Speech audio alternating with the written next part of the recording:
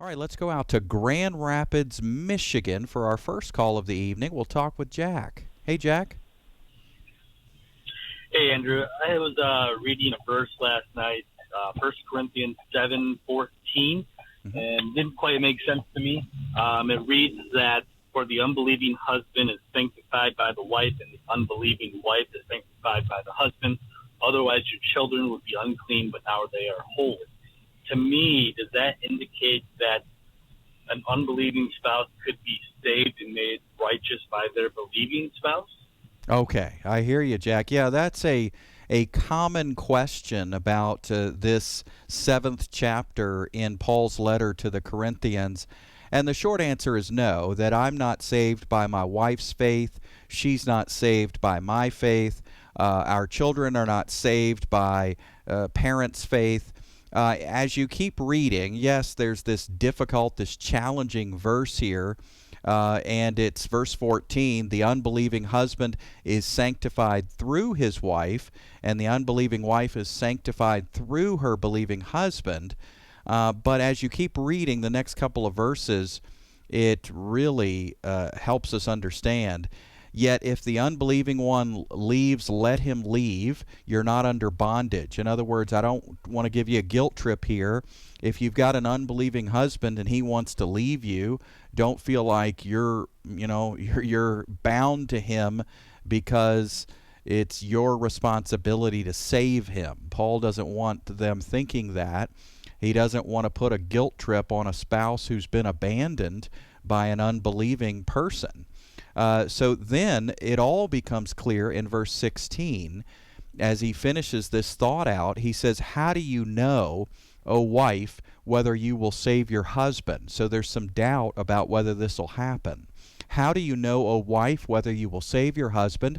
And how do you know, O husband, whether you will save your wife?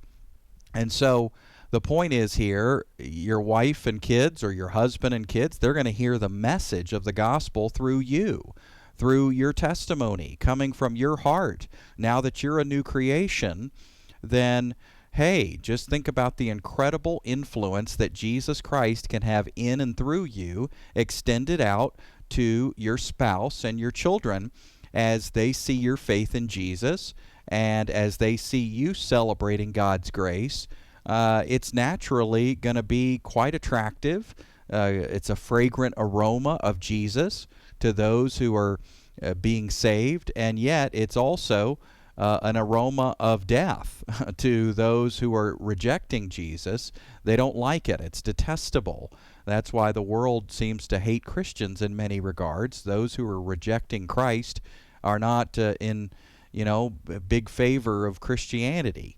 So there's an influence factor here. I think that's the best way to put it. The presence of a believing person in a family is a factor of influence. And if you remove that influence, who knows what will happen. They're less likely to hear the message, they're less likely to believe the message, and therefore they're less likely to get saved.